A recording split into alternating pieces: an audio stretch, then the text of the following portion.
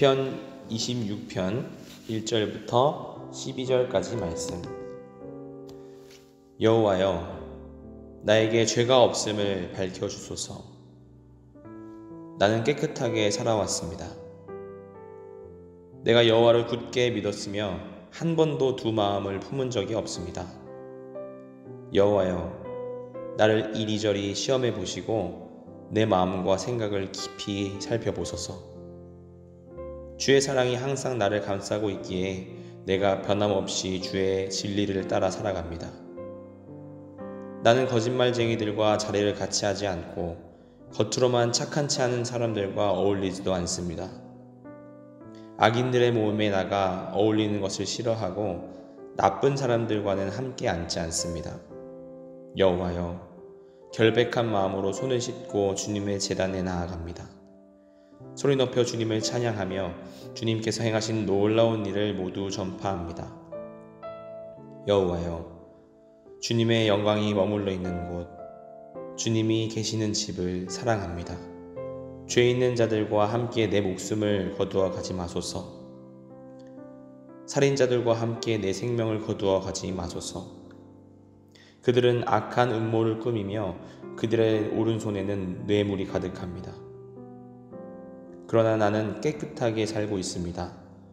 그러니 나를 구원하시고 불쌍히 여겨주소서. 내가 안전한 곳에 서 있습니다. 예배드리는 자리에서 내가 여호와를 높이 찬양하겠습니다. 저는 기회만 있으면 손을 씻습니다. 요즘에는 어딜 들어가든지 펌프식으로 된 세정제가 있어요. 전 만나면 반갑습니다. 항상 펌프질을 해서 제 손을 깨끗하게 하니까요. 아마 코로나19 때문인 것 같습니다. 오늘 시인은 손을 씻고 있습니다. 물두멍이라는 곳에서 손을 씻습니다. 보통 그는 제단에 나아가기 전에 손을 씻음으로써 정결하게 하는 의식을 갖고 주님 앞에 나아가는 것입니다. 그러니까 그는 성소에 나아가서 지성소에 나아가서 주님 앞에 예배 드리고 있습니다. 자세히 보니까 그의 표정이 별로 좋지 않습니다. 아마 무슨 일이 있는 것 같습니다. 1절은 말하고 있습니다. 제가 읽어보도록 하겠습니다. 여호와여, 나에게 죄가 없음을 밝혀주소서. 나는 깨끗하게 살아왔습니다.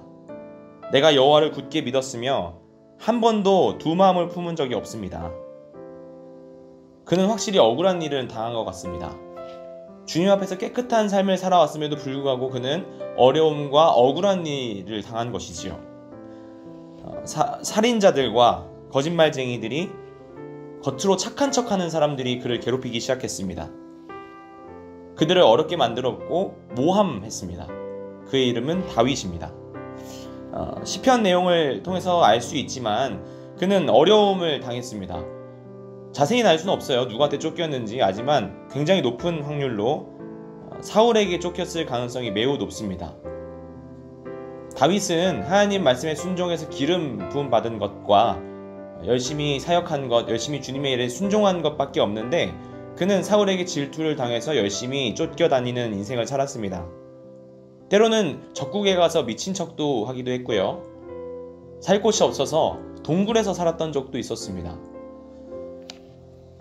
다윗은 분통이 터질 것 같이 억울한 심정으로 주님 앞에 앉아 있는 것입니다. 혹시 여러분은 억울한 일을 당한 적이 있습니까? 그냥 하나님 말씀에 순종하면서 살았을 뿐인데 모함을 당해보신 적이 있습니까? 누군가가 나에 대해서 전혀 근거 없는 소문을 퍼뜨리고 다니는 것을 다른 사람 통해서 들을 때 여러분 기분이 어떠십니까? 갖가지 나쁜 방법으로 나를 괴롭히고요. 뒤에서 나를 험담하고 다니고요. 정말 참을 수 없을 만큼 화가 나서 쫓아가서 때리고 싶은 감정을 혹시 느끼신 적이 있습니까? 내가 완전히 잘못한 적도 없는데 사람들에 대해서 설명하려고 보면 이미 너무 많은 사람들이 거기에 대해서 나에 대해서 오해를 하고 있기 때문에 이미 손쓸 방법이 없고 아무도 내 얘기를 들어주지 않는 것 같을 때 여러분은 어떻게 반응하십니까? 오늘 다윗이 하나님 앞에서 요청하고 있습니다. 2절 말씀입니다. 여호와여, 나를 이리저리 시험해 보시고 내 마음과 생각을 깊이 살펴보소서. 저였으면 쫓아가서 몇 대 때려줬을 것 같습니다. 저였으면 그 사람이랑 똑같이 쫓아가가지고 괴롭혀줬을 것 같습니다. 아니, 더 아프게 해줬을 것 같습니다. 그런데 다윗은 오늘 뭐라고 얘기하죠?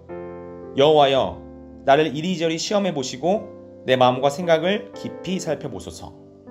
원어를 살펴보면 이런 말입니다. 하나님, 다른 사람 말고 비방하는 그런 사람들 말고 하나님께서 저의 재판관이 되어주십시오. 선악간에 판단하실 수 있는 유일한 분은 하나님 한 분뿐이십니다. 하나님께서 다 아시오니 하나님께서 판단해 주시고 하나님의 일을 행하여 주십시오. 오늘 시인은 억울한 상황 앞에서 그 스스로 재판관이 되지 않고 하나님께 스스로 재판관의 자리를 맡기고 있습니다. 하나님께서 판단해 주십시오. 그는 재판의 모든 권리를 주님께 드린 후에 고백합니다. 6절, 7절, 8절, 12절 말씀입니다. 여호와여, 결백한 마음으로 손을 씻고 주님의 제단에 나아갑니다. 소리 높여 주님을 찬양하며 주님께서 행하신 놀라운 일을 전파합니다. 여호와여, 주님의 영광이 머물러 있는 곳, 주님이 계시는 집을 사랑합니다. 내가 안전한 곳에 서 있습니다. 예배드리는 자리에서 내가 여호와를 높이 찬양하겠습니다. 안전한 곳이라고 했습니다. 어디가 안전하다고 하죠? 12절 말씀을 보니까 하나님께서 계신 곳, 예배드리는 자리, 그곳이 가장 안전하다고 고백하고 있는 것입니다. 하나님께 모든 주도권을 드린 그는 예배하고 있습니다. 그는 묵묵히 손을 씻고 주님 앞에, 제단 앞에 나와서 주님께 예배 드리고 있는 것입니다. 억울하십니까? 예배 드리십시오. 화가 나십니까? 찬양하십시오. 그럴 때 여러분이 역설의 은혜를 경험하게 될 것입니다. 오늘 본문에서 가장 선한 재판관과 만나는 주님의 큰 은혜가 있기를 축복합니다.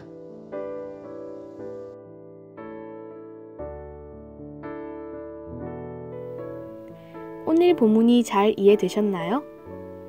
말씀을 천천히 다시 묵상해 보시고 질문에 대답해 보아요. 첫 번째, 본문에서 하나님은 어떤 분이신가요? 제목을 정하듯 한 문장으로 정리해 보세요. 두 번째, 느낀 점을 적어 봅시다. 본문에서 느낀 점을 자유롭게 적어주세요.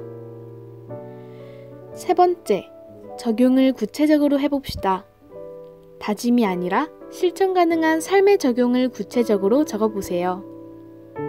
네 번째, 기도 제목을 적고 기도해요. 묵상을 통해 삶의 변화를 위한 기도 제목을 적어보세요. 오늘도 말씀과 함께 하루를 시작하고 마무리하는 말씀의 세대가 되어요. 예수로 차지 10미닛이었습니다. 감사합니다.